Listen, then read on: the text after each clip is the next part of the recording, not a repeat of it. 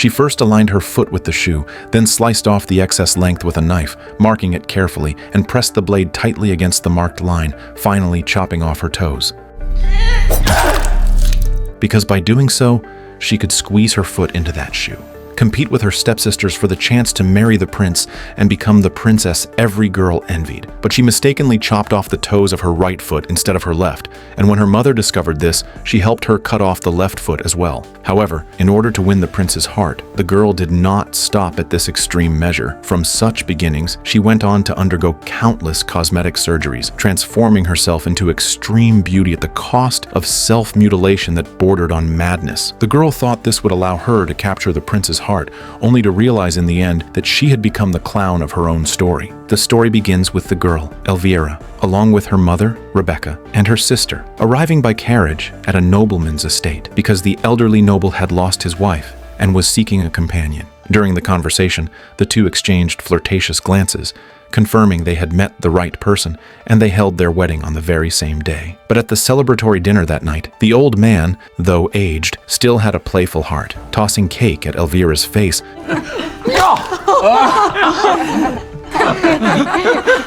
making everyone burst into laughter. However, amidst the laughter, the old man seemed to choke, and after vomiting a mouthful of blood, he collapsed and died on the spot. This left Rebecca utterly stunned. Her husband died on their wedding day. The next day, Elvira entered the room to comfort the old man's only daughter, Agnes, and learned from her that her father, though a noble, had only married Rebecca because their family was bankrupt, and had it not been for the tiny bit of dowry her mother brought, he would never have let them into the house. Elvira rushed to tell her mother, who was so furious she collapsed on the floor, devastated that after finally marrying a noble, not only had he died, but they were left penniless. Seeing her mother's hardship, Elvira offered to marry a wealthy man herself, but her mother, knowing Elvira's looks, had no hope of her marrying into wealth, until the day the royal messenger arrived, bringing great joy to Elvira, for the king and Prince Julian were to hold a royal ball at the castle, inviting noble maidens to attend, as Julian would choose a bride at the ball. As Agnes's stepsister,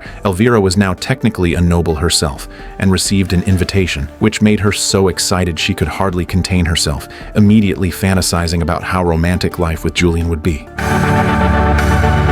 But with her current appearance, Elvira knew she wouldn't stand a chance. So since there was still time before the ball, her mother hurried to take her for cosmetic surgery, hiring an experienced surgeon. With just a glance and a measuring tape, the surgeon knew exactly what needed fixing. First, the braces on her teeth had to go, then the protruding parts of her nose had to be reduced, and finally, false eyelashes would be sewn onto her eyelids. With Elvira's potential, the surgeon promised she could easily win Julian's heart, which made Elvira overjoyed. Elvira had her braces removed first, and upon seeing herself in the mirror, she did look much more spirited. Next came the nose job, where the surgeon used a file to grind down the protruding nasal bone, hammering it bit by bit without anesthesia.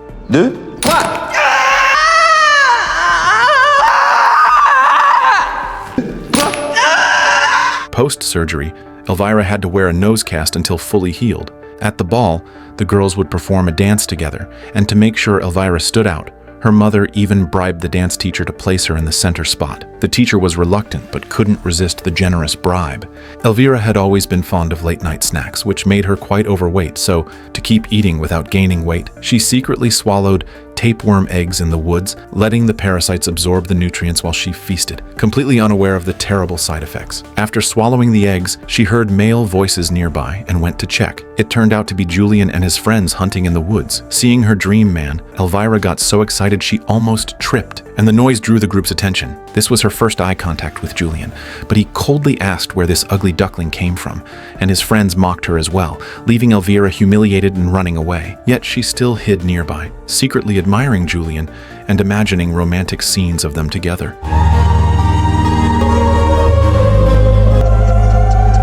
That night, as Elvira passed by the stables, she heard Agnes's voice and curiously peeked inside, only to be shocked. Agnes was being intimate with the stable boy, Isak. It turned out Agnes and Isak had a secret relationship, but as a noble and a servant, they could never make their love public or get married. With the ball coming, Agnes might be chosen by Julian, making future meetings impossible, so they embraced to remember their love, only to be caught by Elvira. The next day, Elvira told her mother, who was furious and nearly drove Agnes out of the house, warning her that with her beauty she could easily marry into nobility. But instead, she fancied a servant. As punishment, Agnes was made to work like a servant at home and forbidden from attending Julian's ball, which delighted Elvira. One less rival meant one step closer to marrying Julian. She immediately celebrated with snacks she had hidden under her bed behind her mother's back. Meanwhile, Isak was thrown out by Elvira's mother, and Agnes could only watch her beloved Isak leave with sorrow. Soon, Elvira's nose healed, and when she removed the cast, she indeed looked much more beautiful, with no trace of surgery, and both mother and daughter praised the surgeon's skill. Still, Elvira wasn't fully confident. Watching Agnes work through the window, she felt she still fell short, so she followed the surgeon's advice and had false eyelashes sewn on. He inserted them under her eyelids and stitched them with surgical needles.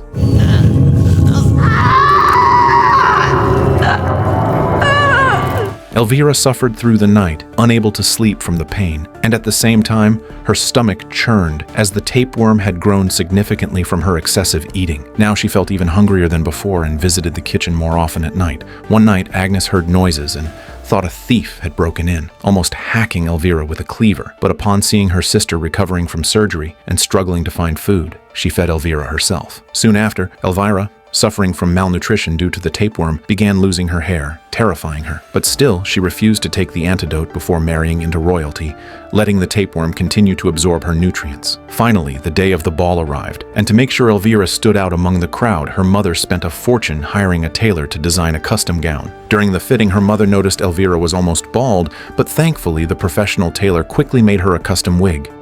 Imorgon ska du göra oss rika. That night, Agnes secretly prepared a dress to sneak into the ball, but Elvira caught her. Knowing Agnes might steal Julian's heart, Elvira tried to tear up her dress in anger. At that moment, her mother arrived to stop her, reassuring Elvira that Agnes with no decent dress could never win Julian over, and that her dress was so tacky, Elvira finally felt at ease. On the day of the ball, Elvira was stunned by the castle's magnificence. It was as beautiful as a dream, and at that moment, Elvira felt like she had stepped into a fairy tale. With all the technological enhancements in couture, Elvira indeed outshone other noble girls. But she suddenly grew nervous again as the tapeworm inside her was now enormous and constantly hungry, twisting and turning inside her belly, craving food. But the ball had already begun. The host held a list and announced the noble girls one by one. The first to appear was a girl, age 16, standing at 175, who loved eating beef and fruit and enjoyed flower arranging and embroidery.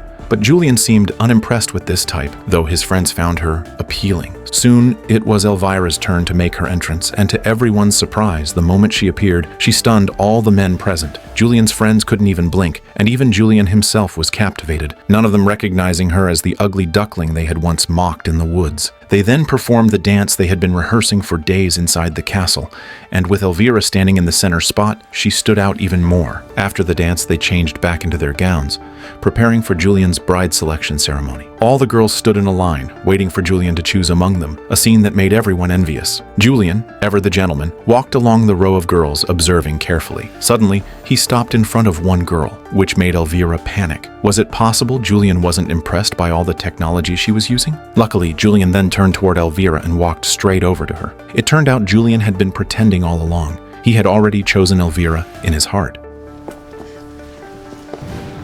Spela upp! They began dancing together in the ballroom, getting to know each other while deepening their bond, with Julian complimenting Elvira, saying she was truly stunning. But just as they were exchanging affectionate glances, a girl wearing a mask and a very plain dress entered, creating a sharp contrast with the other girls. Julian suddenly changed, unable to take his eyes off the newcomer, and he invited her to dance. It was obvious Julian preferred the simple, unadorned beauty. Elvira was furious, feeling that all her suffering these past days had been for nothing, and for the first time she experienced the pain of being discarded. At that moment, the tapeworm in her belly began to act up, bringing a wave of nausea, forcing Elvira to rush to the dressing room, where she vomited a pile of worm eggs. Not only had the worm grown significantly, but it had also started laying eggs inside her. Her mother found her in this state and slapped her hard,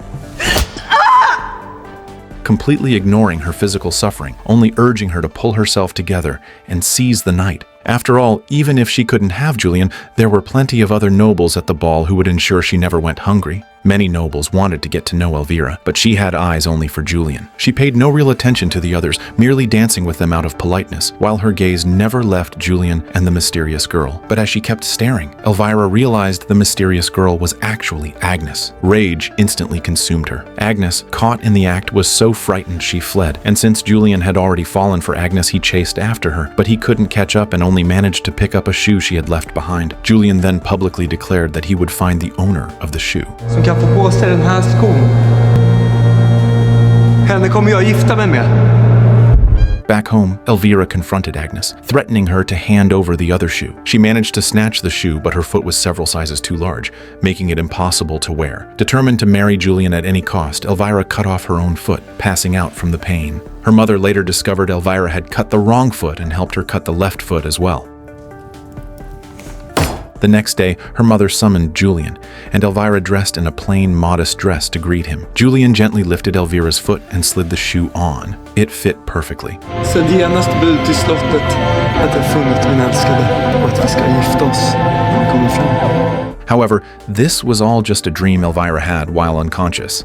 In reality, she couldn't even walk properly. At that moment, Elvira heard that Julian had arrived. He was searching for the owner of the shoe and had come to their home. Completely unhinged, Elvira, ignoring her severe injuries and disregarding her appearance, tried to go downstairs to meet Julian. Unable to walk, she crawled, desperate to prove she could fit into the shoe.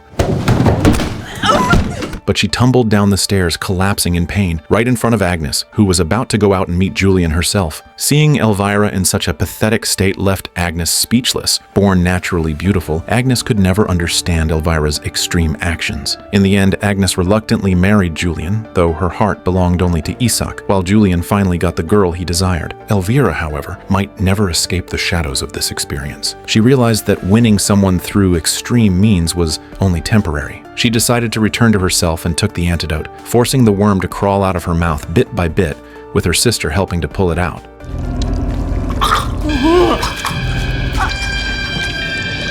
The worm had grown so much it was over 10 meters long, and it took her sister quite some time to finish pulling it out. In the end, their mother, now obsessed with the nobleman she met at the ball, ignored the two sisters entirely. So Elvira and her sister left their mother behind and went off to live a new life somewhere else.